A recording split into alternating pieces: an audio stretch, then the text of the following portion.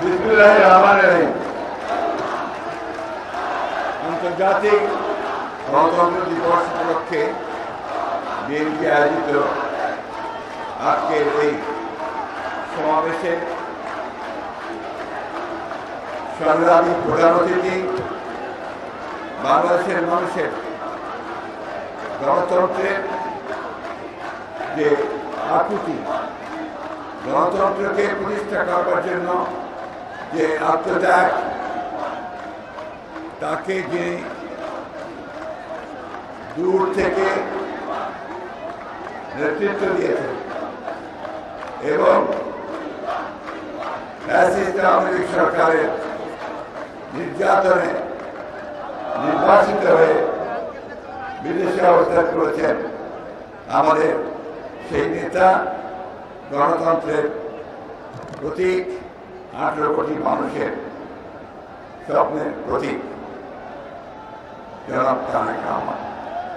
মঞ্চে উপবিষ্ট জাতীয় নেতৃবৃন্দ, ভাই ও বোনেরা, আসসালামু আলাইকুম।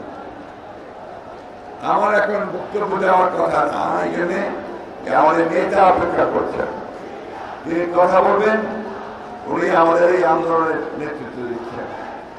আমি শুধু একটি কথা বলতে চাই যে বাংলাদেশের মানুষ সব সময় গণতন্ত্রের জন্য সংগ্রাম করেছে, লড়াই করেছে।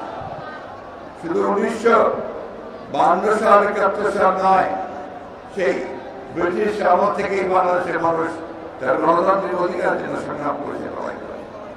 তারই ফলশ্রুতিতে আমরা আজকে দেখেছি যে এই ফ্যাসিবাদী আওয়ামী লীগ সরকার, শেখ হাসিনা সরকার যখন দীর্ঘ 16 বছর ধরে এই দেশের জনগণের উপরে স্টিম রোলার চালিয়ে গেছে, সেই স্টিম রোলারকে উপেক্ষা করে বাংলাদেশ জাতীয়তাবাদী দল, যার প্রতিষ্ঠাতা ছিলেন শহীদ প্রেসিডেন্ট জিয়াউর রহমান, দীর্ঘ সংগ্রাম করে আমরা আজকে একটা মুক্ত পরিবেশে উপস্থিত হয়েছি।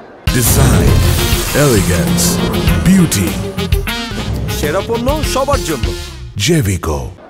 বন্ধুগণ, গণতন্ত্র আর বিএনপি এই দুটো সমর্থন। শহীদ প্রেসিডেন্ট জিয়াউর রহমান একদলীয় শাসন ব্যবস্থা থেকে বহুদলীয় শাসন ব্যবস্থা নিয়ে এসেছিলেন। বেগম খালেদা জিয়া রাষ্ট্রপতি শাসন থেকে প্রধানমন্ত্রী পার্লামেন্টারি শাসন নিয়ে এসেছিলেন। একটা সুষ্ঠু নির্বাচনের জন্য তিনি সেই কেয়ারটেকার গভর্নমেন্ট প্রথা চালু করেছিলেন। বাংলাদেশের জাতীয়তাবাদী দল, আপনি দেখেছেন 2016 সালে বেগম খালেদা জিয়া ভিশন 2030 দিয়ে গণতন্ত্রের যদি সাস্টেইনেবল হয়, তাহলে রাষ্ট্রই আর টিকে থাকে, তার জন্য সংস্কারের কথা বলা হয়েছে। আমরা কিছুদিন আগে, বছর 2 আগে, আমরা আবার সেই 31 দফা দিয়ে আমরা সংগ্রাম করেছি, লড়াই করেছি। এই 16 বছরে আমরা সবাই শুনেছি, আমি রিপিট করতে চাই না, আমাদের অসংখ্য প্রাণ ঝরেছে, আমাদের অনেক লোক কারাগারে গেছে, যিনি নির্যাতিত হয়েছে। আজকে এখানে অনেক রিক্সাওয়ালা ভাই আছে আশেপাশে, যারা সেই গ্রামে থাকতে না পেরে তারা শহরে চলে এসে এখানে রিক্সা চালিয়েছে। আমাদের অনেক ছাত্র নেতা, তারা এখানে রাস্তায় হকারের কাজ করেছে। গতকাল আমি পঙ্গুহাট কথা গিয়েছিলাম, সেখানে দেখলাম যে একটা 13 বছরের ছেলে গুলি লেগে তার একটা পা কেটে ফেলতে পারছে। এই যে ত্যাগ, এই তিতিক্ষার মধ্যে দিয়ে বাংলাদেশ জাতীয়তাবাদী দল এগিয়ে চলেছে, গণতন্ত্রের সংগ্রাম এগিয়ে চলেছে। বন্ধুগণ, আজকে আমাদের সামনে একটা সুযোগ এসেছে, ছাত্র জনতা আত্মত্যাগের মধ্যে দিয়ে আমরা একটা সুযোগ পেয়েছি একটা গণতান্ত্রিক রাষ্ট্র প্রতিষ্ঠা করবার। এই কথাগুলো আমাদের মনে রাখতে হবে, আমরা সেই সুযোগ দিনে হারাই না হারাই। আজকে এমন একটা অবস্থা তৈরি করতে হবে যাতে এখানে সত্যিকার অর্থেই গণতন্ত্রের প্রতিষ্ঠা করতে পারি। আর একটা কথা আমি অনুরোধ করবো সকলকে, যে আপনারা হচ্ছেন সেই ভ্যানগার্ড, আপনারা হচ্ছেন সেই পাহারাদার, গণতন্ত্রের পাহারাদার। আপনারা সেই গণতন্ত্রকে রক্ষা করার জন্য অতীতে লড়াই করেছেন, আপনারা সেই গণতন্ত্রকে রক্ষা করবেন।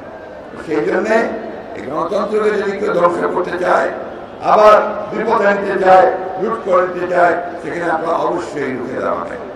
আমি বলতে পারবো না, শুধু এই সরকারের যারা দায়িত্বে আছে তাদেরকে অনুরোধ করতে চাই, এখনো আমলাদের মধ্যে সরকারের মধ্যে সেই ফ্যাসিস্ট আওয়ামী সরকারের অনেক প্রেতাত্মা অবস্থান করছে।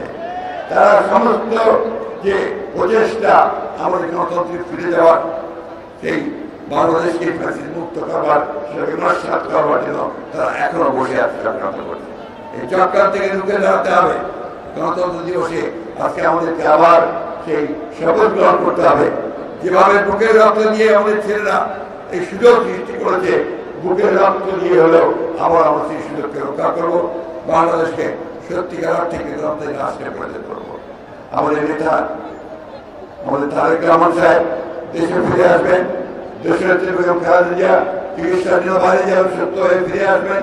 এই দোয়াকে আজকে আমি সমস্ত পঙ্গু আহত যারা হয়েছে তাদের উপযুক্ত ক্ষতিপূরণ দেওয়ার জন্য সরকারের কাছে দাবি জানাচ্ছি।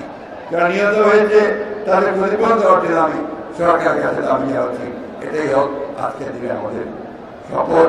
সবাইকে ধন্যবাদ জানাচ্ছি। আসসালামু আলাইকুম, খুদা হাফেজ। বাংলাদেশ জিন্দাবাদ, বাংলাদেশ জাতীয়তাবাদী জিন্দাবাদ, শহীদ জিন্দাবাদ, তারেক রহমান জিন্দাবাদ।